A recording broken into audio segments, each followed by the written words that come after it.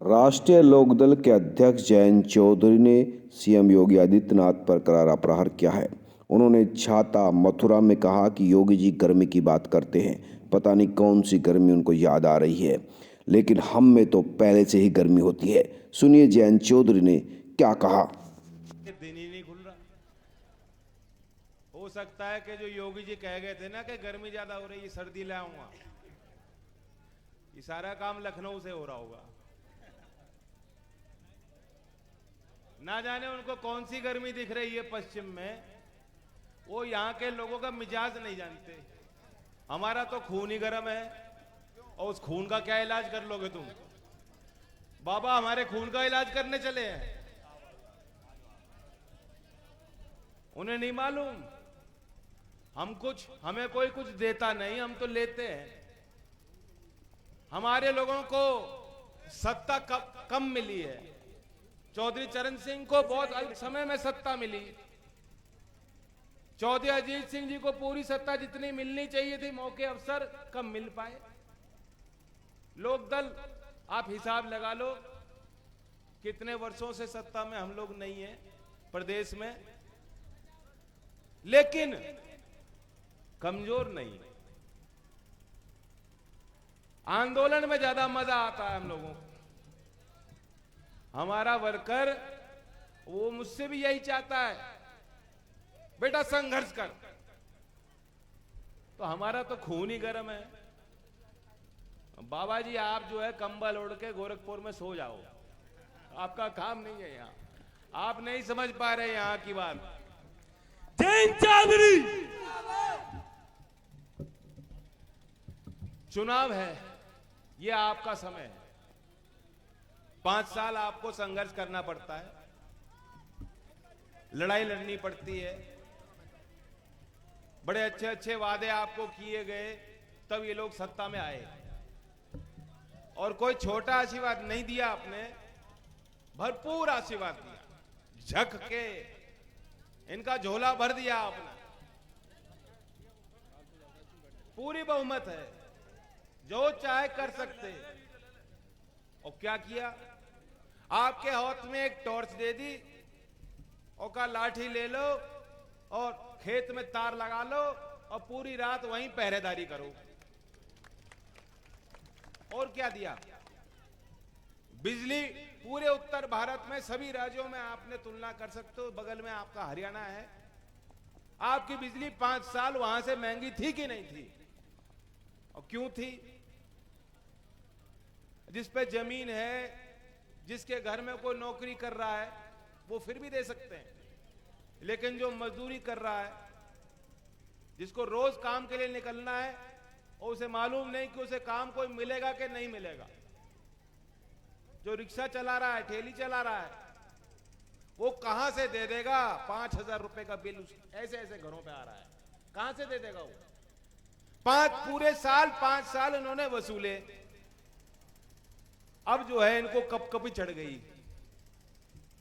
कपकपी चढ़ रही है इनको कि चुनाव आ गया और पारा बढ़ने लगा उनका। वो नहीं जानते, हम तो पहले ही गर्म बैठे हैं।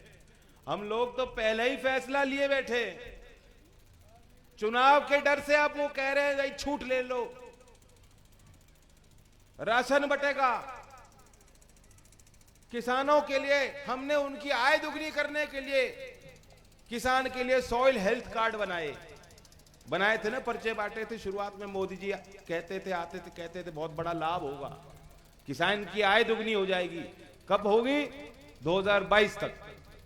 और कौन सा साल शुरू हो गया? 2022। एक भी यहां कोई किसान हो, हिसाब हम लोग हिसाब नहीं लगाते। आपकी मजदूरी लग रही है, काम लग रहा है, पूरा परिवार उसमें लग रहा है। अगर आप जोड़ना शुरू करोगे, आप ये पाओगे कि खेती कोई फायदे का सौदा नहीं है। और जो भाव मंडी पे धान के, किसी भी फसल के,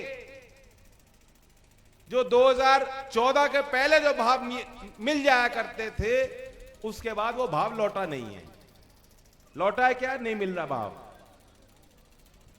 एक किसान यहां खड़ा होकर मुझे बता दे कि जिसकी आय दुगनी हुई हो। चिंता ना करो, कोई छापा नहीं पड़ने वाला है। कोई नहीं।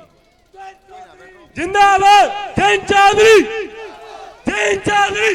और फिर ये जो नौजवान आज नारे ले रहे हैं, इनके अंदर जुनून है। कल मैं अलीगढ़ के दौरे से होके रात को यहां आया हूं, बता नहीं सकता। और सच पूछो तो इन्होंने ही सरकार बनाई थी भाजपा की।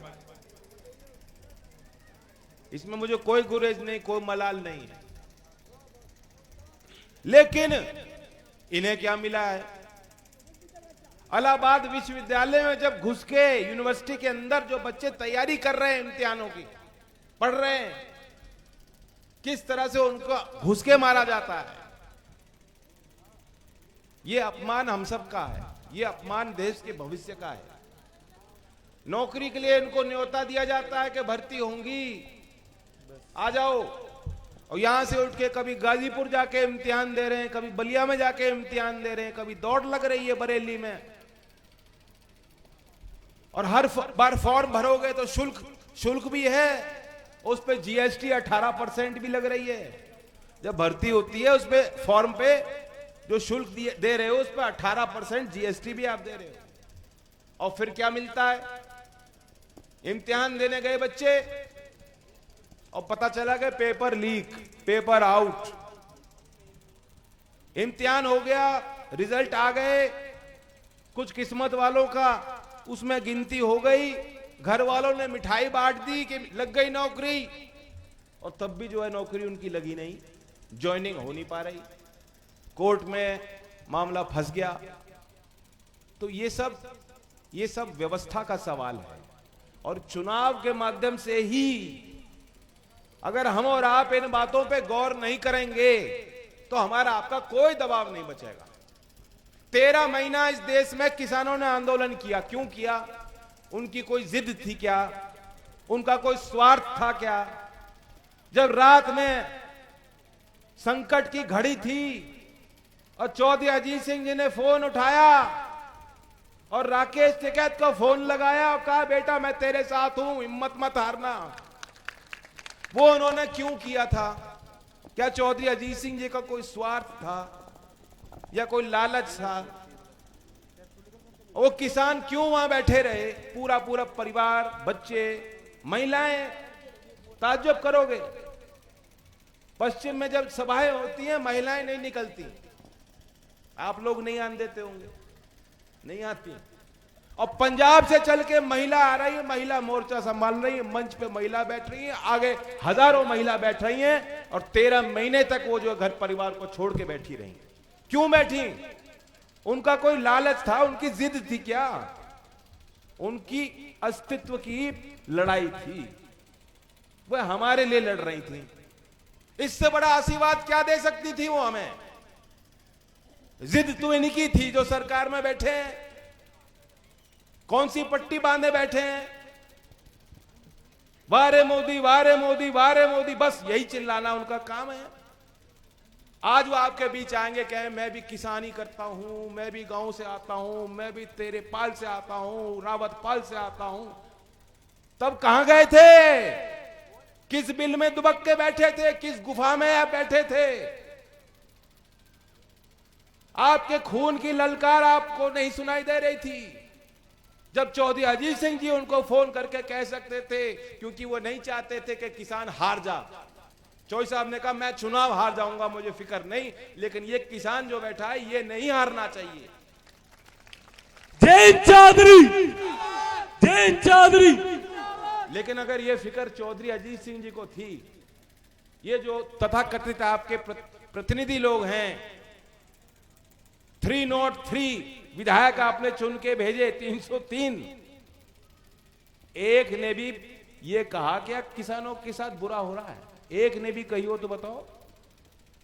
वो तो महामहिम राज्यपाल जी हैं, उन्होंने कही, उन्होंने तो पूरी सच्चाई बता दी। इनमें से किसी एक ने भी कही हो तो बताओ। जो इन्हें लग रहा है कि टिकट वहां से मिलेगा, टिकट तुम वहां से ले आओ, लेकिन वोट और आशीर्वाद वो यहां से मिलना है, वहां से नहीं मिलने वाला तुम्हें। जैन चौधरी। जनता जनार्दन, जनता फैसला लेगी। अब तुम्हारा टाइम नहीं है, अब हमारा टाइम है, अब जनता का टाइम है। और मैं आपको आगाह करने आया हूं, अगर फिर चूक जाओगे आगे किसी की हिम्मत नहीं बनेगी कि कोई आंदोलन कर ले। हमें और आपको तो आंदोलन में मजा आता है। आप मुझे कहोगे मैं फिर चला जाऊंगा, फिर लाठी खा लूंगा, कोई बात नहीं। मैं तो चुनाव भी नहीं लड़ रहा ये वाला, मैं तो चुनाव भी नहीं लड़ रहा ये वाला। और अगर आप विधायक जिताओगे तब किसान की राजनीति आगे बढ़ेगी, और नहीं बनाओगे आपसी झगड़ों में पड़े रहोगे तो फिर क्या है, कौन सी तस्वीर? मेरे पास कोई अच्छी तस्वीर आपको दिखाने के लिए नहीं।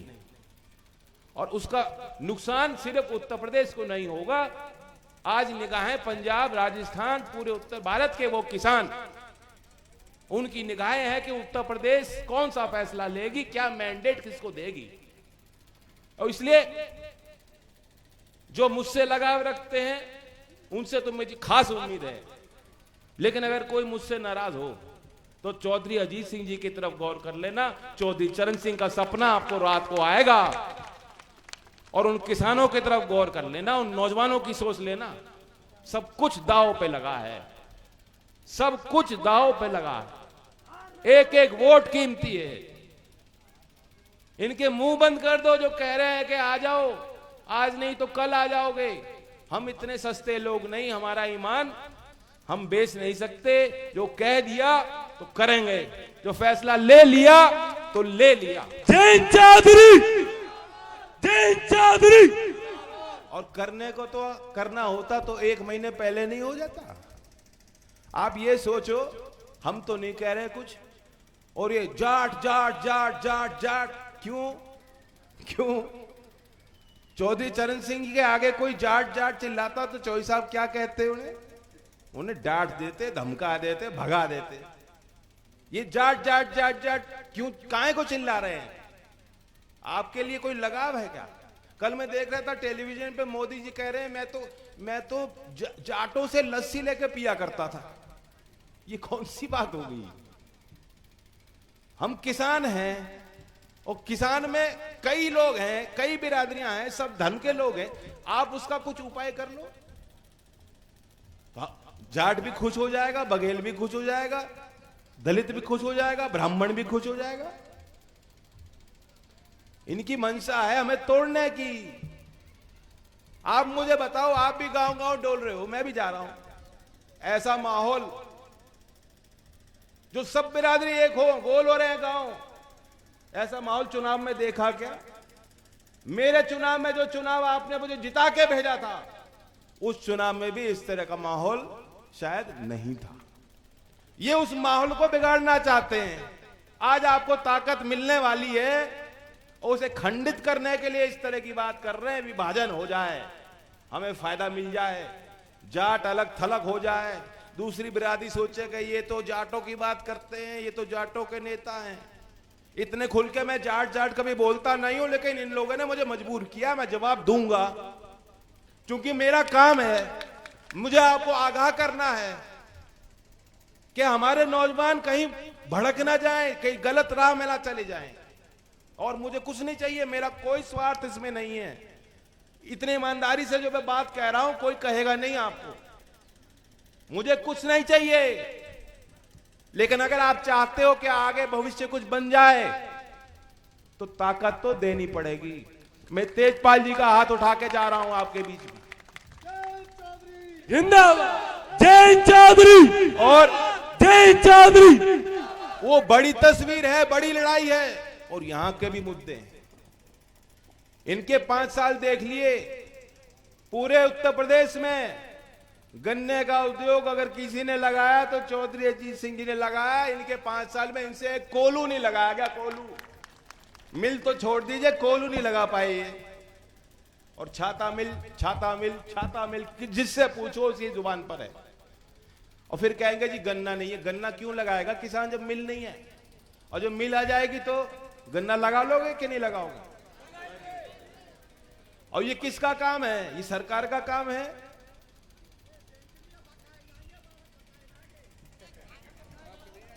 अब जो सही गलत की बात नहीं, वो तो पीछे हो गई। पीछे हो गई, मुझे भी कोई बात नहीं, हेमा मालिनी से हार गया, मैं भी बुरा नहीं मानता उस बात का। मैं अभी भी तस्वीर उनकी पिक्चर देख लूंगा, पुरानी वाली आ गई तो वो कोई बात नहीं, अब तो मन रहे हैं, बस ठीक है। जयंत चौधरी, तो जयंत चौधरी, एक मिल की बात है, एक जहां हम खड़े हैं, इस क्षेत्र का एक विकास होना चाहिए। ये इतिहास इस स्थान से जुड़ा हुआ है, पवित्र पावन स्थली है, बहुत पर्यटक यहां आते हैं, और ब्रज का अपना एक संस्कृति इस क्षेत्र की रही है, उसे भी बढ़ावा मिलना चाहिए। और जो सरकार आप बना दोगे, जो सहारनपुर से लेके आगरा तक, तो गठबंधन के हरा रंग है, लाल रंग है, सफेद रंग है, इसी की लहर अगर आप चला दोगे बटन दबा के, तो पहले भी आप मंत्री रहे हो, और सरकार में इनके अनुभव का लाभ मुझे भी मिलेगा और आपको भी मिलेगा, ये वादा करके जा रहा हूं। धन्यवाद। जय हिंद, जय भारत। जयंत चौधरी, इसी के साथ में सभी जयंत चौधरी अंतगांव पहुंचे, और मैं अध्यक्ष जी से अनुरोध करूंगा, पंडित जी से